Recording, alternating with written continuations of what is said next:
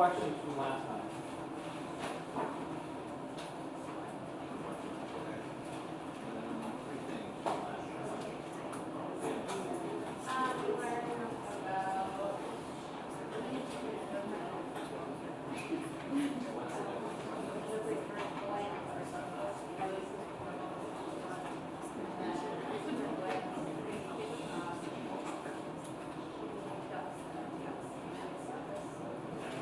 All right, so Bailey said that difference between endocrine and exocrine glands. Endocrine glands are ductless. They secrete usually substances into the blood, usually hormones, and exocrine glands secrete whatever they make into a duct that goes directly to where you want it to go, and those products don't make it into the blood. Very good. Alexis, how are you? We talked a lot about peptides, simple peptides, and basal membranes. So what did we say about those things? Tell me something specific. The basal membrane has a high phosphate. Yes. We talked a lot about keratinoids, sloths, and awareness. That's right. So what's the difference between somebody help her out? Keratin and non-keratinoids. One is more protective and more durable. Right. Exactly. So where you have it when really high stress periods. Jordan, how about you give me one?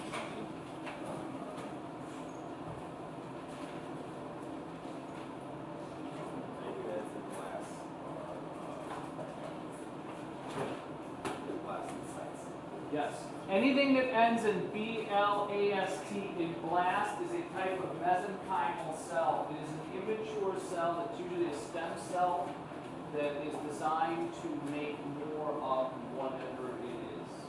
Okay? Blast. So if it's an osteoblast, it's going to make bone. If it's a chondroblast, it's going to make cartilage. And so on, and so on, and so on. So we're going to finish this today. It's the last new thing for the exam. Right? We're not going to do exam stuff. Right? Okay. If somebody would hold the light, please. So I just want to make sure, is this the last slide we were on here?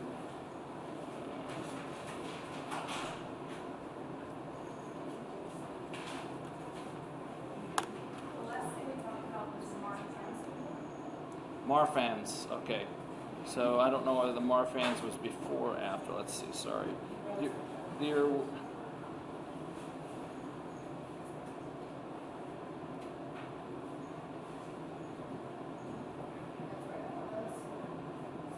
yeah, okay, so Marfan syndrome. So we talked, we finished this slide. Is that correct? Okay, good.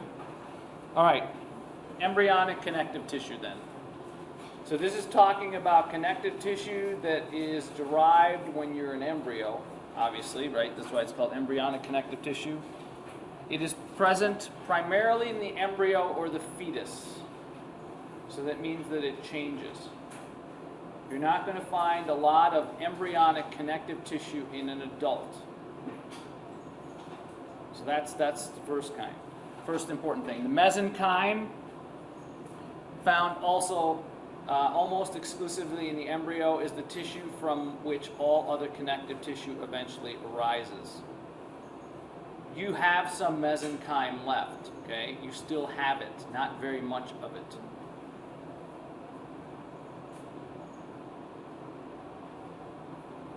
Okay, so mucous connective tissue, sometimes called Wharton's jelly, is found in the umbilical cord of the fetus.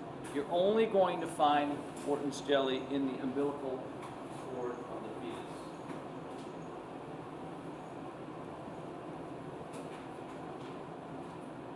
Now, mucous connective tissue, mucus cells often produce a special kind of mucus called mucin. Mucin. And that's because it needs to mix with water.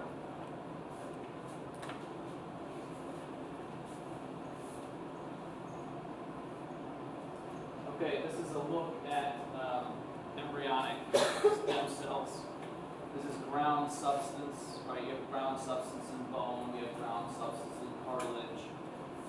These, you have reticular fibers that are really small in here, and these are the cells here, the mesenchymal cells. They usually have what's called a stellate shape. Okay? Stellate shape. Neurons also have a stellate shape. This is what these, they have a huge nucleus, because they're embryonic, there's a lot to do, and they have this almost star-like quality to it, or neuron-like quality. They're regularly shaped, right? Semi-fluid brown substance, that's the matrix, part of the matrix that's in here, all of this white stuff is the ground substance. Here's a cartoon of the same thing. Here's the mucous connective tissue. Here's what it would look like in an embryo. They're very difficult to tell, but anybody that's ever seen neuronal tissue, it looks a lot like neuronal tissue. It actually looks like missile stain, but it's not. So this, you can sort of see the shape here. You got to take the cartoon at face value because the way they drew it, right? This is actually, these are collagen fibers. They tried to make it a little thicker. Here's a fibroblast, right? The fibroblast is this type of stem cell that comes from the mesenchyme because it's building. And these are epithelial cells.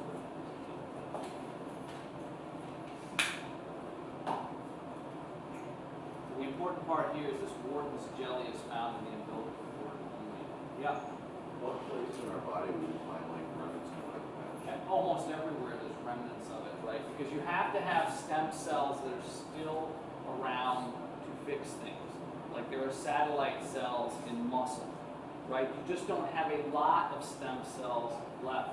And they're at the point, most of those stem cells now, where they're all predetermined, meaning they can't go back on their own and become anything anymore. They can only become very specific things, right?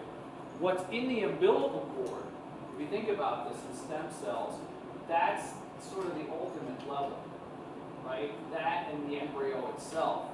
And that's why, nowadays they're starting to take more and more stem cells from the umbilicus. Because these cells have the capability of turning into more kinds of cells. Right? So it's a very special kind of mesenchyme. But yeah, as you age, as you get older and older, you lose more and more of them.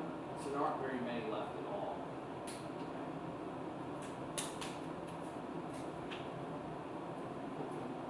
Types of mature connective tissue. So that's all I'm going to say about the embryonic stuff, not too much. So there's different types. So this is a lot on connective tissue now, right? There's connective tissue proper. There's actually, in your book, I think it's in chapter 4, right? There's only 3 chapters I'm testing you on, 1, 2, 4. There's a table or a chart that has this labeled out. So you might want to take a look at that.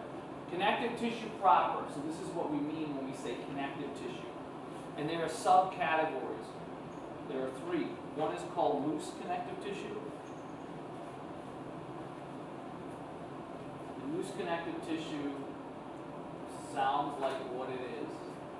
It's got all 3 types of fibers, which means it's got collagen, and reticular fibers, and elastic fibers. Each one does something a little different. It has several types of cells, and its ground substance is semi-fluid. It's loose, right? So you're going to find it in areas where you don't need something necessarily to be stiff and rigid. So that's why it's called loose connective tissue. The next kind is called dense. This is obviously stronger in some ways, and it's a lot more rigid. Take everything in here. The dense connective tissue also has all 3 types of fibers, but in dense connective tissue, you're usually going to find mostly collagen. And it's regular. We'll talk about what that means in a second. Okay. Then you have cartilage is another type of connective tissue. And there are 3 kinds of cartilage. When we get to bone, we're also going to do cartilage again, so I'm just introducing this. There are 3 types. There's what's called hyaline, elastic, and reticular cartilage.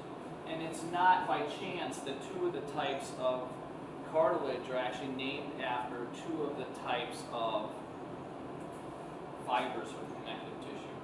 Okay, that's not by chance. We've got bone is another type of connective tissue. So these two here are connective tissue proper. So when we think of connective tissue in its truest sense, that's what they mean by that. Cartilage, bone, blood, technically adipocytes are connective tissue, but that's not, most of the time when we're talking about connective tissue in terms of the body, and especially if you're talking about connective tissue in medicine, usually what you're talking about is this, like fascia, right? Stuff that actually surrounds cells. We're not usually talking about this.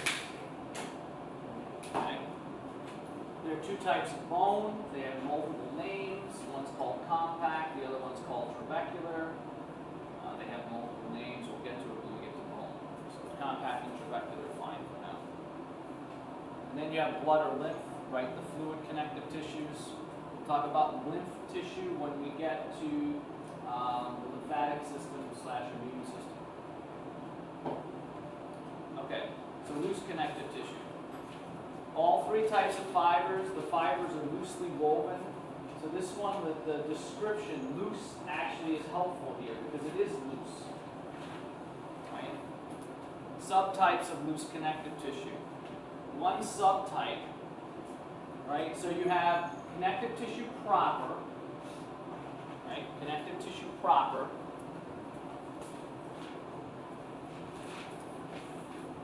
There's like I said, there's a table in your book that really does a nice job with this. There's connective tissue proper.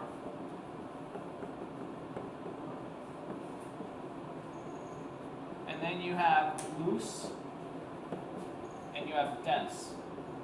All right, and under loose now, we're going to see you've got areolar,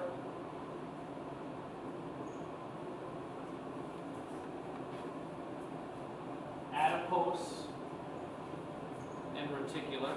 So these are types of loose. And adipose tissue, if you think about it,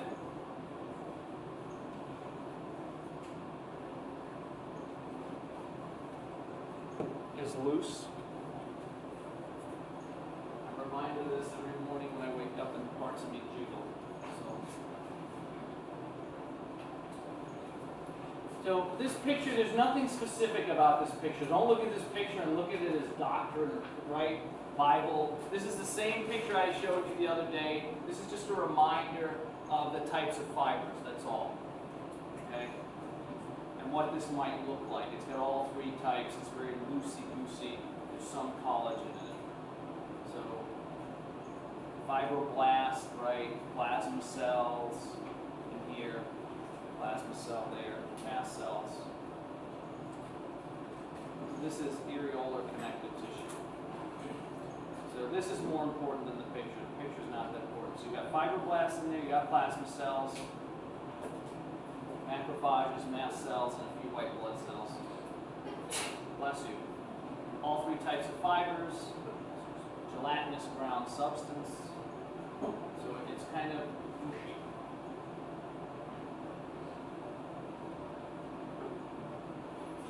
So where do you find this? Probably the most important thing on this slide. You find this in the subcutaneous, meaning below, okay, below of the integument. And the integument is essentially your skin. That's what we do next. That's the next chapter, which is usually on this first exam, but we're going to skip, and we'll do it for the second exam. The integument is the skin. So it's sub to that. It's in the deep layers. That's where you find this. This is what it looks like. This is the cartoon version of this, right? So you've got your skin here. Here's your epidermis, all the layers of epithelial tissue. This is the dermis. And then the subcutaneous layer here is actually sometimes called a hypodermis. It's not a true layer. That's where you're going to find this type of connective tissue. You're going to see these elastic fibers.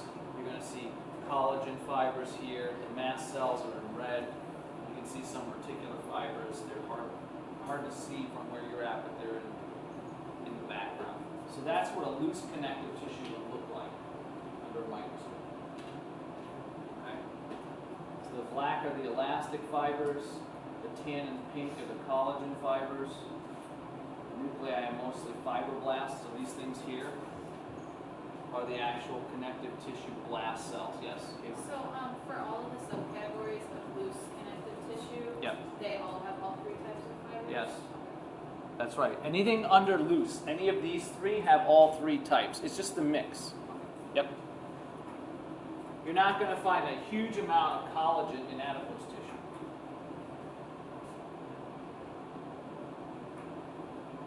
Okay, so the adipose tissue consists of adipocytes. So an adipocyte is an actual cell that's designed to store adipose, right, for triglycerides.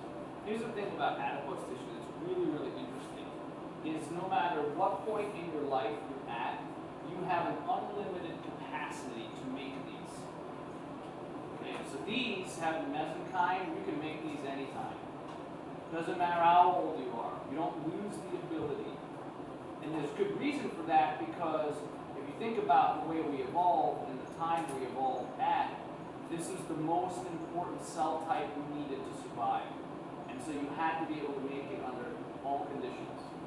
So when you're a little child, whether you're your age, my age, or you're 80 years old, you can make as much of this stuff as you want. So it's good and it's bad, right? Nowadays it's bad. All right. We find it wherever areolar connective tissue is located. So the adipose and the areola tend to commingle, right? Where you find one, you usually find the other. A lot of this is pretty straightforward, but I'll read it anyway. So it reduces heat loss to the skin. That's true. Right? Serves as an energy reserve. True. Right? Protects. It actually is very protective. Not having enough fat is actually dangerous for you. Right? Believe it or not. Take a look at your heart, a healthy heart, and you'll always see a layer of fat. And people look at that. If you don't know what you're looking at, they say, oh, that person must have heart disease. No, it's a protective layer. Your organs need a protective layer of fat. So there's what's called essential fat and non-essential fat. So for females, you're looking at roughly 13%. Okay? And for males, it can go as low as 2%, 2 to 4%, which means that for females, 13% of the fat that's in your body, you need it.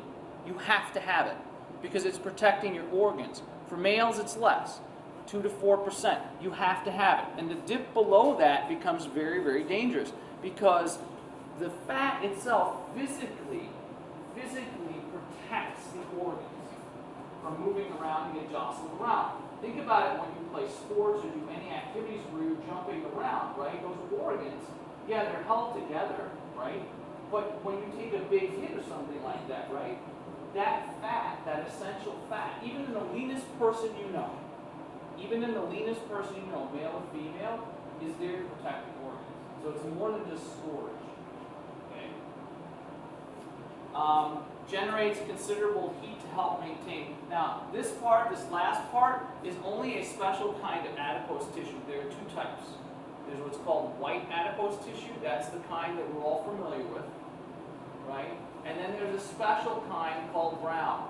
And brown adipose tissue, you actually will find, if you had a thermal camera down here on the bottom of your, in the top of your traps, down your neck. You can see it in animals like mice and rats. You and I have it. When we were small children, it was in these different pockets. And it's the way small child, a baby, stays warm. Because the brown adipose tissue does something called non-shivering thermogenesis. This fat tissue works just like muscle. That is how much heat it generates. You can get it back. This is where some of this crazy stuff on the West Coast, because there's a whole lot of crazy on the West Coast. There's a lot of crazy on the East Coast too. But that you see where people take a date, and I have seen this on TV, this insanity where a guy and a girl decide they want to go on a date, a first date, mind you, and they go into these like chambers that drop to like negative 40 degrees Fahrenheit. Okay, this is what you do. You drop down into your bathing suit, bikini. Guy puts on swim trunks, and they go into this thing for like a minute. You paid for this, mind you. You're paying for this, good money for this. And you go in there, and then you come out, and you shiver like crazy. It's negative 40, right? And then you come out, and they put you in a room, and they wrap you up in blankets, and give you coffee and hot cocoa. And you know why they do it? It's supposed to be a rush. That's one. And two is because when you're cold, when you start feeling a little chilly, you can actually start to bring back some of this fat over time. Okay, not in one session. And so this fat actually will help you burn the white stuff. And so they do this kind of insanity. You can do the same thing, right? Just don't keep your house at 80 degrees or something like that. You can do the same thing. You spend more time outside. So if you take, yeah, Eliza. I'm sorry, what was the non-shivering, what was it? It's called non-shivering thermogenesis. So essentially it's doing what your muscles do. And you had it when you were a baby, you lose it because you don't need it anymore as an adult. But if you did something, let's say where you were outside in cold weather all the time, you could get it back. And it's only in certain areas in your body. So, yeah. So do they do it more for like a weight loss thing?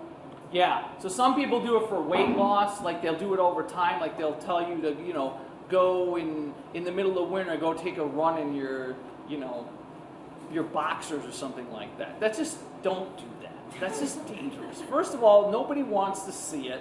Second of all, it's not a good idea. Yeah, Zach.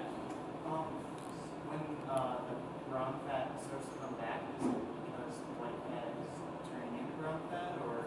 No, it's there. You just start to turn it back on. The DNA starts to get turned back on.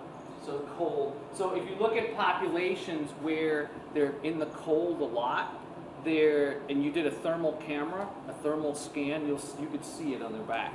It starts to come back. Yep. So is the tissue there already? Yeah, it's just down right. There's not much of it, and you can make more of it. Yeah, it's kind of cool.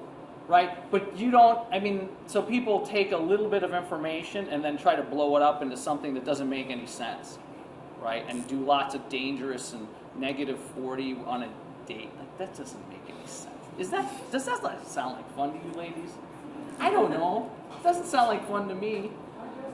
Yeah, well, I would do it by myself maybe, but I wouldn't take a date on that. But this is what they do. This is California. This is the cool thing to do. Anyway. All right, brown fat is a good thing. If you have a lot of it, then it's good because it actually helps you burn white fat. So it's kind of a cool thing. And it helps keep you warm. All right, liposuction. If we're not talking about adipose tissue, we're going to talk about involves sucking out small amounts of adipose tissue. Okay, that's all it is. Going in a vacuum cleaner. Another way they do it now is they actually can treat certain areas with suction and cold, and the body will then reabsorb some fat. There's all kinds of techniques out there to make this stuff go away. All right. This is what it looks like. Most important thing. This is what I was talking about on the heart. This is the essential fat that's on the outside of the heart. That's a healthy heart. There's nothing wrong with that heart. This person doesn't have heart disease. Adipocytes look like this. You're probably going to see an image of an adipocyte on the lab exam, I guess, at some point. And if you see the cells, right, you can see a membrane, and there's no nucleus in there, right? The nucleus sits on the outside, essentially, in a corner, right?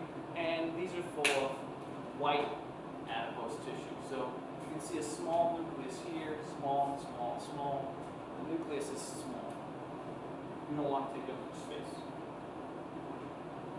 Any questions? Yeah, Liza. Going back to the liposuction, Yeah. I have just two questions. One, is it dangerous? And two, once it removes the adipose tissue, does the adipose tissue want to come back? No. So it's any surgical procedure is dangerous. There's inherent risk in any surgical procedure, right? So it's not any more dangerous than any surgery. For the most part, it's safe. Will it come back? Yes, it can come back, but will it come back immediately? No. No. The one thing about, here's the other thing about adipocytes, even if you get as lean as you can possibly get, right? In order to kill an adipocyte, a white adipocyte, it takes years for it to die off. So it's still waiting there, right? But if you could physically get rid of it, like liposuction, then yeah, now it's harder. Now you've got to build a new one to replace it. That's not the same as one that's ready to get as fat as you want it to. So there's some advantage to it. I'm not saying I'm for or against. I'm just saying yes, but you can get it back, right? So this is where you see all the time where people get liposuction. You know, they get and they're sculpting and there's all kinds of other things they do, and they look fantastic, and then they go binge eating, and then 6 months later it's all back. They're new cells. And this is the problem, right? Your body has the ability to make a whole lot of new ones to replace that. But now, if you were to maintain, you know, a diet and exercise and do everything else, the likelihood of that cell coming back is not very good. So you physically have removed it. Versus it's there, but it's shrunken down. Right? Yeah, exactly.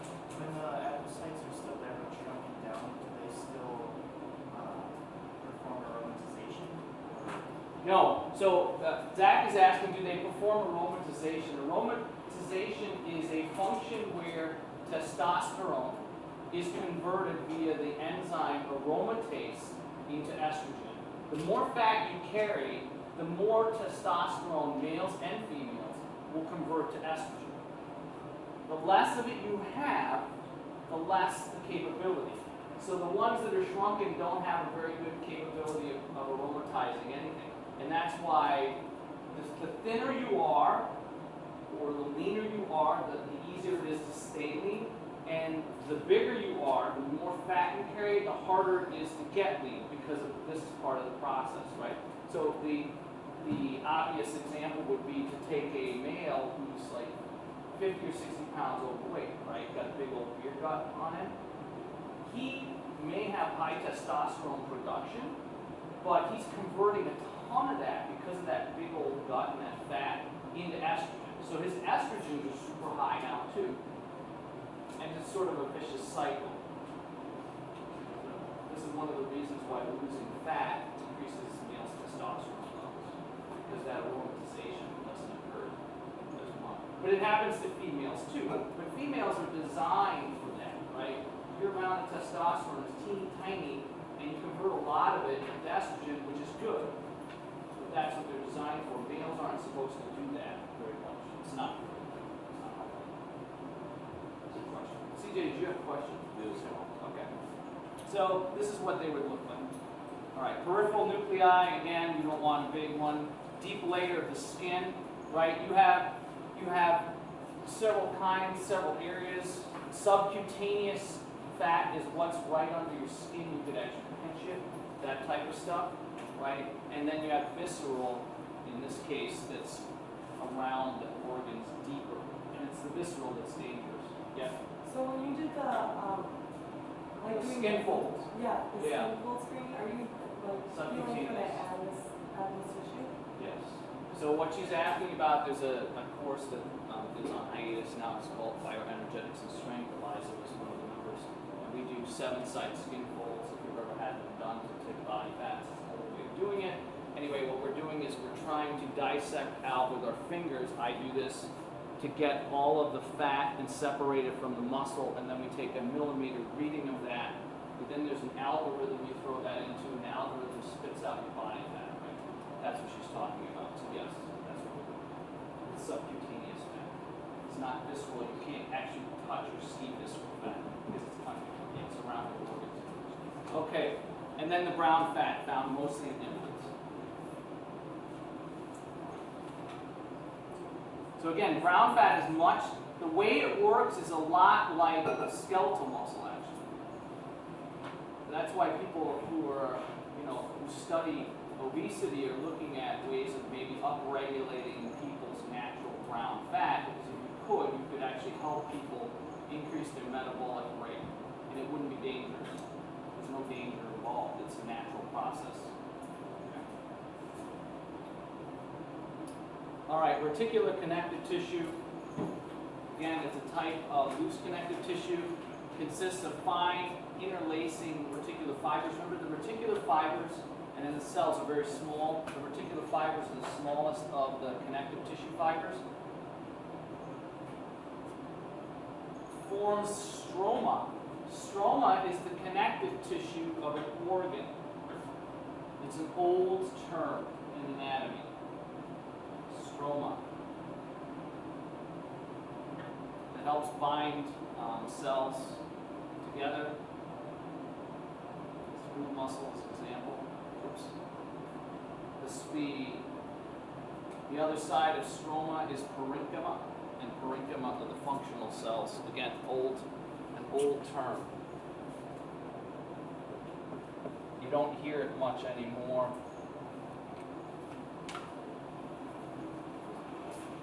All right, any questions on that? Stroma are the connective tissue cells, layers, and parenchyma are the functional cells. So if somebody talks about stromal cells, they're talking about the cells that connect and the tissue that connects, and the parenchyma are the cells that make something. Like in a gland, they would be the cells that actually make a hormone, parenchyma. And the stroma would be all the cells that bind that gland together. So this is what this is in the lymph node, right, part of your immune system. This is what reticular tissue would look like, and you can see it looks like a bunch of tadpoles, right? These are the reticular cells, the nuclei, and then the fibers that they create. So it's, bless you, here it's a little bit deceiving because it looks like it's all packed with cells. Here you can tell that there's a lot more space, right? These are the fibers, here are the cells. Again, it's a type of loose connective tissue, so you're not going to see something densely packed. Does that make sense? There, that's why it's the name loose. All right. So again, network of fibers and cells that produce a framework around an organ. So you're going to find this inside the organ here, right? And this is part of the stroma that holds the thing together. Yeah. Question.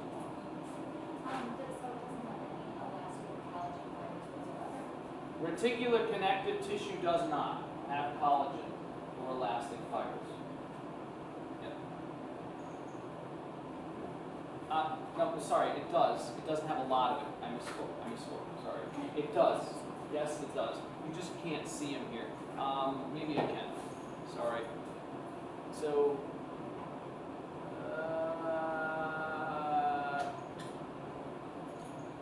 this here, this may actually be a collagen fiber. Yeah, because these are all three have all three types, so they're parts of loose connective tissue, right? So the reticular connective tissue has more reticular fibers and not very much collagen and not very much elastic tissue. This organ doesn't really need a lot of elastic tissue, right? It's not stretching and compressing, so but you can't see it here, but it's there. It's a good question. All right, holds organs together. These are examples of where you find particular tissue.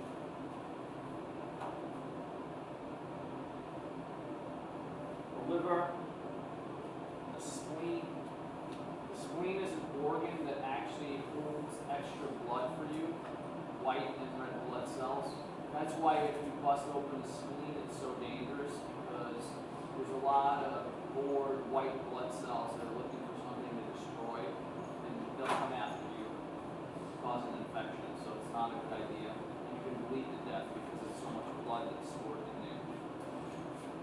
Lymph nodes, and then of course the bone marrow where all the blood cells are made. All right, question. I will read it and then I will click.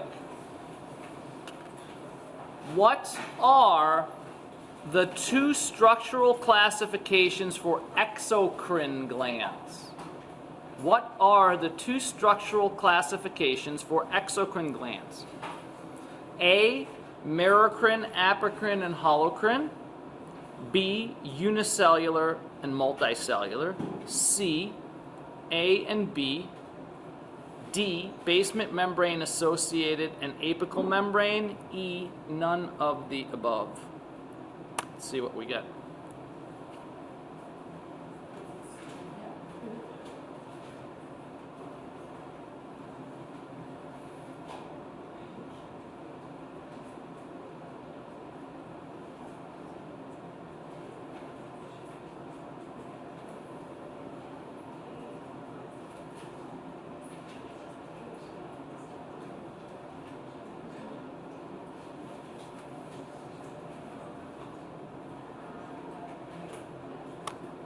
That's what I figured.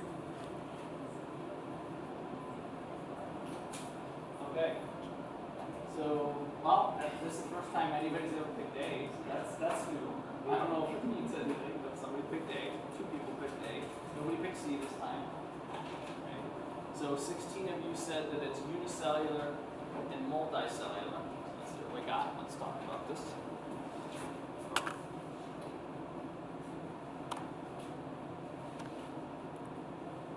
B. Okay, let's talk about why it's not. What American African and Hologram refer to? Yeah, Liza. Functional classification. Right, functional classification. So if you pick that one, that's not a bad. See, you have to look at mistakes as a learning process, right? And so there are good mistakes, and then there are not so good mistakes. But all mistakes help because then you learn something from them, right? So if you pick American, African, and Holoprint, that's not the worst mistake you could make because that means you're thinking about one of the classification systems. You just probably confused the two. That's okay. That's okay. Not a big deal. Unicellular and multicellular is what we were looking for. A and B wouldn't be correct for this question because we're talking specifically structural, right? Basement membrane and apical, right? That's referring to just the parts of the cell, the polarity, what someone called the polarity of the cell, and then of course none of the above. So that's not bad, and most people got it right, so that's good. Good job. All right. Yeah. Okay, so now we're done with loose, right? So we've got connective tissue proper. So we've got loose, and now we've got dense. So important statement, dense connective tissue contains more numerous, right, thicker and dense fibers, but considerably fewer cells. Okay? So that's an important distinction. Loose connective tissue, even though it's sort of, by the name, loosey-goosey, the way it's held together, has a lot more actual cells, the fibroblasts. Not so many fibers. Here, you have fewer cells that make a lot more fibers. And you're going to have a lot more collagen in dense connective tissue. You don't see much of it in loose connective tissue. You don't need it. So that's an important distinction. So dense connective tissue contains more numerous, thicker, and dense fibers. It's going to have more elastic and collagen, but considerably fewer cells than loose connective tissue. Types. So there's what's called dense regular. And as the name implies, it has a pattern to it that is regular.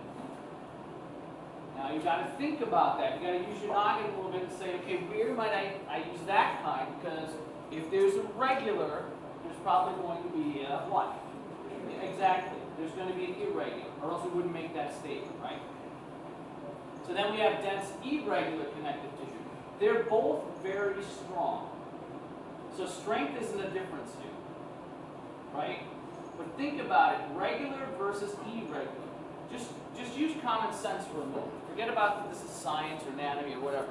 Regular pattern, right? You have a regular pattern. Where do you think you'd find something like that? Like what type of area of the body which would be regular, which would use something that's maybe unidirectional, right? Wouldn't that be a regular pattern? Versus an area that might not use something that's unidirectional. So think about areas of the body. Yeah, Teresa. Maybe like tendons Tendons and ligaments are probably going to be dense regular, right? Because if you think about it, like your bicep, if you put your bicep, you put your arm out like this, right? And you contract your bicep, right? It either gets shorter or it gets longer in this direction. But it's really only going, right, in this plane. Okay, so that would be an example. So ligaments would have that, tendons, muscle, skeletal muscle. But where might you find it irregular, but you still need strength, right? So you need the strength and density. Where in the body might you find, yes? Skin. Skin, absolutely. Skin is, right, if you think about it, you can pinch it when you move around, especially, again, I keep going back to the hands, because in your hands you can imagine grabbing something from different directions, and whatever it is pulling in different directions on your skin, and you can't just have strength in this plane, because that means if you only have strength in this plane, if you move away from that plane, you lose it, right? And with a tendon, right, with a tendon that's okay, because we're doing this. That's all you can do. It can either get shorter or it can relax, get longer again, but it's not turning, right? So wherever you see areas where you're going to have an organ or something being moved in different directions where it's being stressed, you're going to have more dense irregular. Where the movement pattern is more regular, you're going to have more dense. Is it that simple? Are they only one or the other? Probably not. Predominantly, but probably not, right? So then don't lock yourself into it can only be one or the other. Just think about predominance. So in the shoulder socket, you have more irregular? Yes. And so in the shoulder, in areas like joints, yes, you start seeing more irregular tissue, right? Because if it's moving in different direction, like in the bladder, right? When we start thinking about the intestinal tract, the muscles that surround that, or the stomach has 3 layers of muscle that go in 3 different directions, right? So the tissue that connects it has to be able to take forces in 3 different directions and hold that organ together. Because that's the way the muscle works, right? And so the muscles are in 3 different planes. That's fine. The muscles are fine. So that may be dense and regular. But the connective tissue that surrounds that has to be able to withstand forces in 3 different planes. That's going to probably be dense irregular. So if you start thinking about it using some common sense, you can actually get the right answer for some of this stuff. So, and then you have elastic connective tissue. And elastic is just like it sounds. Again, an area where you need some kind of a recoil event, right? Where it's able to stretch and then recoil. This is going to be important when we get to the lungs. Your lungs are elastic, right? That doesn't mean that you can stretch them. What the elasticity means is that whatever the tissue is, when you deform it, it goes back, or at least tries to go back to its original shape. That's what your lungs do. Take a deep breath, right? If you take a breath, that's active. Your diaphragm is going up, your chest comes out, your belly comes out, and then when you stop breathing, the fibers, the elastic fibers, and there are a lot of them in the lungs, just recoil. They go back to their original shape. That's what elasticity is. Any questions on that? So these are the 3. So you've got dense regular, dense irregular. So you can, this table, so dense regular, dense irregular, and then you have elastic. So these are the categories. That might not be a bad table to learn. There's one like this in chapter 4, so if you take a look in your book. Okay. Here is the muscle. So Teresa said tendon and skeletal muscle, right? This is a pattern of collagen. Whenever you see a lot of this waviness here in a regular fashion, you're seeing collagen because the fibers are so thick, right? And here's the cartoon, and you can see the different layers. And then you can see the fibroblasts, right? The cells that make them. And again, in a tendon and in skeletal muscle, you're going to see dense, regular connective tissue. because it all goes in one way. So it has to be strong in one direction, and it looks regular. Collagen fibers in parallel bundles. The fibroblast here is a cell that made these, right? And again, it's a blast cell. So it's a type of immature mesenchymal cell. White, tough, and pliable. That's what it looks like. White, tough, and pliable. Really strong.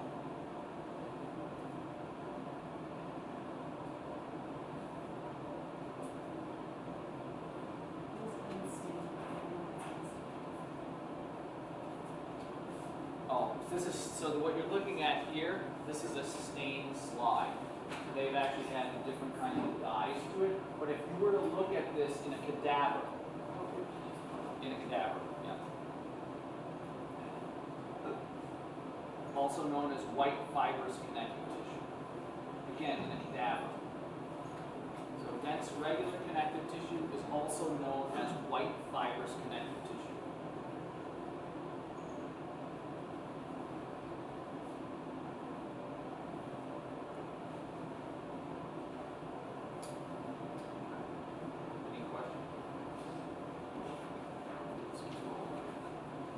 Dense irregular. Again, going back. Dense irregular connective tissue contains collagen fibers that are irregularly arranged and is found in parts of the body where tensions are exerted in various directions, which is what we said before. So if you think that one through, you'll probably be able to come up with the area. So dense irregular tissue contains collagen fibers that are irregularly arranged and is found in parts of the body where tensions are exerted in various directions. Remember, this is the connective tissue surrounding part of the stroma, not necessarily the parenchyma. Occurs in sheets, such as in the dermis of the skin. Okay. You have dense irregular tissue in the dermis, which is the second layer, the deeper of the two layers. Find it in heart valves. The blood's coming in, not necessarily coming in a straight line. You're going to find it in the perichondrium. The perichondrium is the layer that surrounds cartilage. Peri meaning around, in the area of. That's so perichondrium, tissue surrounding cartilage, and then the periosteum is the area that surrounds bone. Now bone isn't as obvious, but bone has to have a regular connective tissue too, because bone can get beat up from multiple directions. So when we evolve, right, we evolve so that your bone is stronger in one direction than another, but if you take a hit here, right, it's still pretty darn strong, right? We have to be able to withstand forces from multiple directions. This is what it looks like. Here's the dermis of the skin. Very, very different looking, right? Very large white fibers. Those white fibers are red fibers, are collagen, right? And they're going in different directions. They're coming out here. This is going into the screen. This is side to side. You've got blood vessels, okay? And then you've got these fibroblasts, which are very, very difficult to see. Fibroblasts right there. So it looks irregular, right? It looks more like a Swiss cheese type thing. It is. The collagen fibers are regularly arranged or interwoven. Tissue can resist tension from any direction. We already find it white of the eyeball. It's called sclera. Dermis of the skin, bone, on the outer coating of bone. Yeah, CJ. In those diagrams, what is the white represented? The white spaces? The white spaces in here, Yeah. what do you think it represents? I have no idea. Some adipose tissue. Oh. That's right. There's a lot of open space. It's part of the matrix, right? It's part of the gel, the brown substance. But yeah, there's some adipose tissue in there too. And in the bottom layers, there's always going to be some adipose tissue. Again, it's protective, right? It's insulation. This is the very top layer of your skin, the epidermis. This is the dermis. There's going to be fat in there. Okay, this is elastic. Now elastic, again, in the heart, this makes sense. This is in the aorta, right? You have these wavy elastic bundles. These are the middle-sized fibers. You stretch them, they recoil back, right? And they're not necessarily regularly arranged, right? They can be in multiple directions too, but they tend to be more regularly arranged than irregular. Right? So these are called lamellae. You can see that they, for the most part, they're running in one direction, except when they snap back.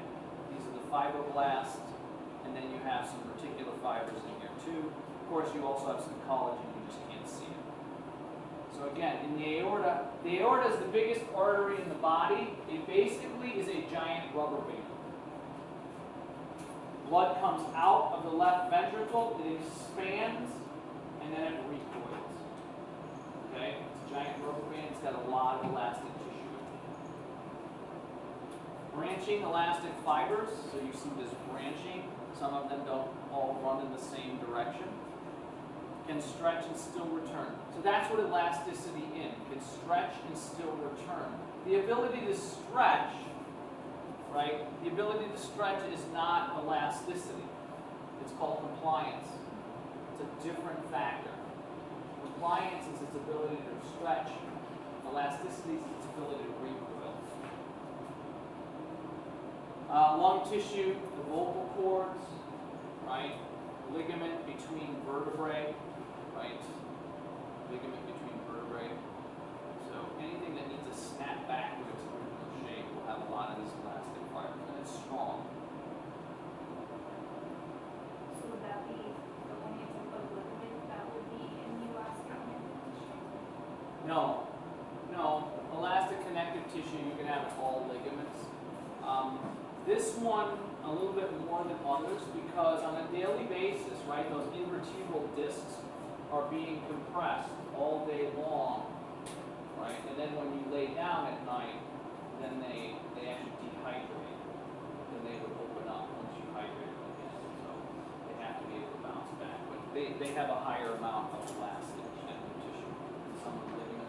Most of your ligaments, if you get down to ligamental, like damage, you basically bypass all of the security systems to get there, right? Tendons, the muscle, they're not made to stretch that much. So in general, bone to bone ligament doesn't have too much of this. It has some, and it does have some give and can go back, but they can be overstretched. And once they're overstretched too much, then the only way to get them to fix them is you've got to go back. You've got to go in as an orthopedic surgeon. You've got to cut them, shorten them, tack them, and then put them back. So they don't really have that give like the invertebral discs, unfortunately. All right, cartilage. We're just going to say a few things about cartilage, not very much, because we had a whole section on it with bone, right? So I just want to introduce it.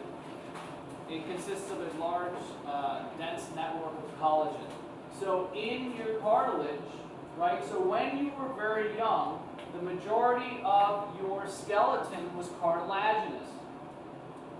Right? There are very few parts of your body that come out. When we get to bone, we'll talk about the different types of bone that come out as bone. Most of you bounce when you were little. Your bones, they weren't bones, they were cartilage, they bounce. It's very hard for a healthy child, not impossible, very difficult for a small child to break a bone. It gives a lot because it's cartilaginous, right? It's easy for you and me as an adult because if the bone is brittle, right? But as a child, I mean, I can think back when I was a kid and we were a lot rougher than as a generation because we spent more time climbing and doing stuff we weren't supposed to, right? The entire generation before me, even more than that. And I can't think of how many kids I ever knew that actually broke a bone. One kid, the only one I can remember, his name was Joe Garcia. He fell off of one of these big climbing things, you know, like these pyramidal type things, and he was in the very top, and he fell and smashed his arm on a steel bar. And it was a hairline fracture. It's not common for small children to break a bone because it's cartilaginous. Cartilage bounces. Yeah. Did you have questions? What would be the evolutionary advantage of having the cartilage go to? Yeah, what's the evolutionary advantage of starting off that way? Anybody have any ideas? Why start off cartilaginous? Yeah. Is it because they need to grow as we get bigger? Yeah. We need to grow. What if they grew and then it stayed as cartilage? Yeah, well, there are animals that are like that, right? Sharks, rays, stay cartilaginous. They don't have any bone in their body. So, I mean, if we were a species, I think, that needed to be flexible and compressible, I think that would help. I mean, we'd be lighter in some degree. I mean, that might help. Yeah, go ahead. Really clear strength because of muscle contraction and pulses.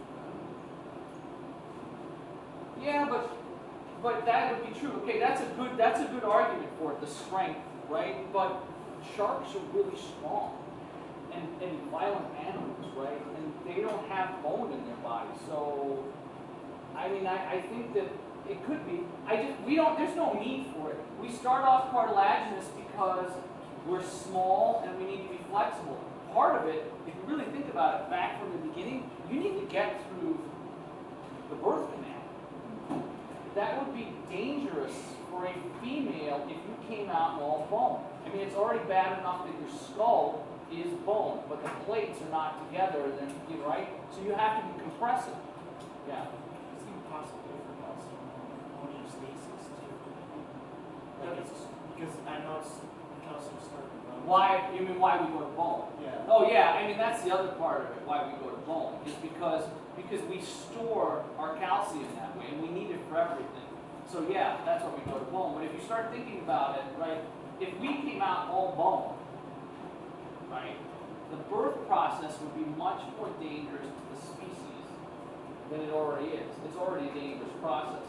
And so when we're super compressible, have you ever seen a baby born? I mean, their head's like in all different directions, the shoulders and all kinds of, and then within a day or two, it takes them a while to sort of look normal, right? They look alien-like.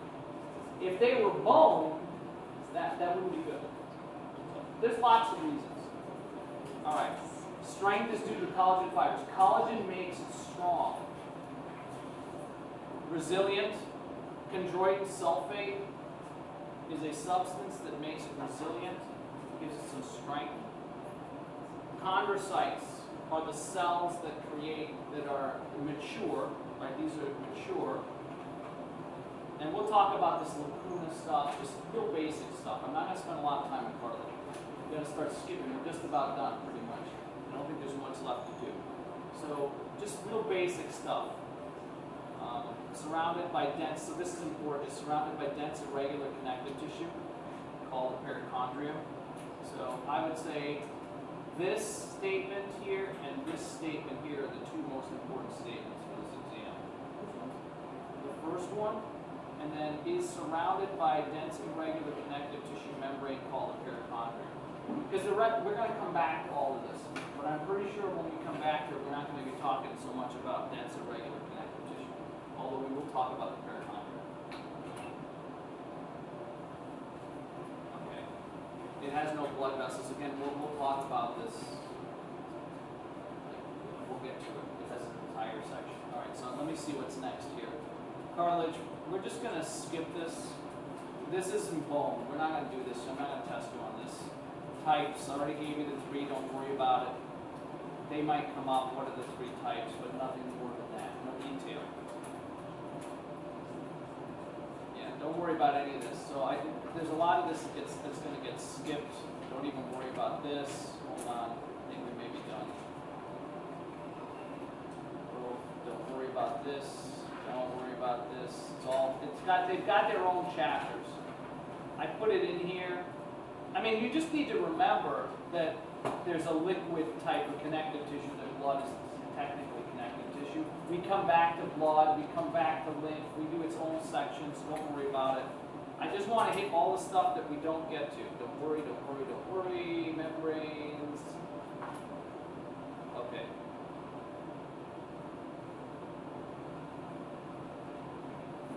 Yeah, so this is important. So this is not going to be back to. So epithelial membranes consist of an epithelial layer and an underlying connective tissue layer. With the lamina propria, right, we have the basement membrane that's actually made up of two sections, right? Remember that? The lamina propria is just another name for basement membrane.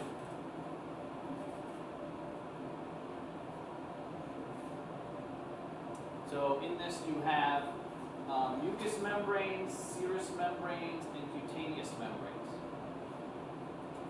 Mucous membranes produce mucin, M-U-C-I-N, that mixes with water, right? Goblet cells, you think there.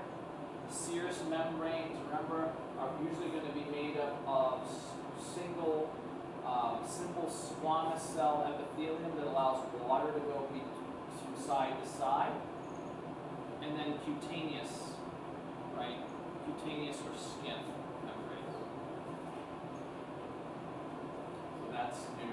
Synovial membranes line joints. It's another type of epithelial. We're going to get back to that when we get to joints. We have an entire section dedicated to joints too. So a lot of this we're going to come back to. So this is really the most important thing on this slide. The rest of it we're going to come back to. Mucous membranes. What do we want to know about that? This is important. It's a barrier to microbes. The connective tissue layer of mucous membrane is also called the lamina propria.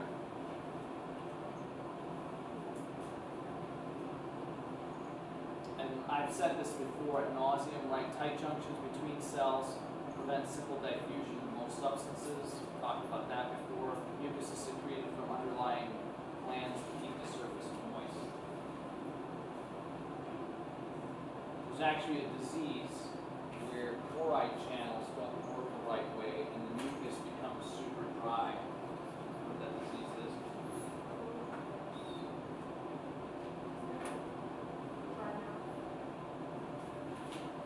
No.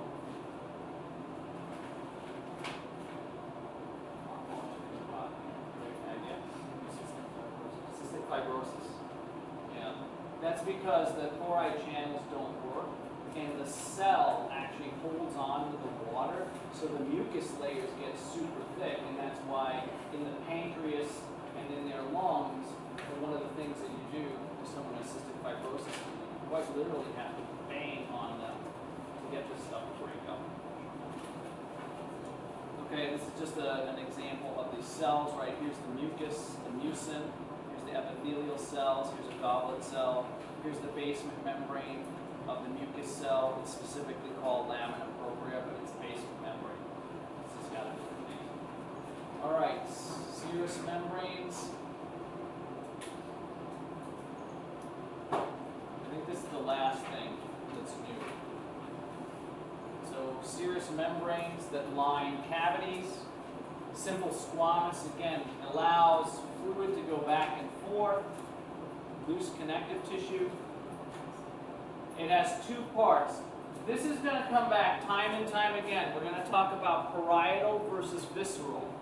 The visceral portion of the membrane is closest to the organ. The parietal portion of the membrane is closest to the cavity, the outer portion. So it's usually outer portion is parietal, inner portion is visceral. We're going to come back to this over and over and over again. Examples, the pleura, which is the space in the lungs, the peritoneum, which surrounds the organ systems here, and the pericardium, which is a sac that surrounds the heart. All right, and then this is just the definition. That's it. The rest of the stuff is not, don't worry about it. Okay, Wednesday. I've decided we're just going to do 20 minutes of review. So we're going to start the integumentary system. It will not be on your exam. So come in with any questions, and then I'll talk about the makeup of the exam. Types of questions, makeup, how long it is, the questions will have a work, and then you can ask me any questions you want. Any questions? I'm not going to do 3 most important things because I know you guys want to get out of here. Yes, question. I will still record on Wednesday, so that way, even if your mind isn't here with me, you'll have the recording, you can always go back to it, and that way we don't get any further behind. All right? I will see you Wednesday. Have a great day.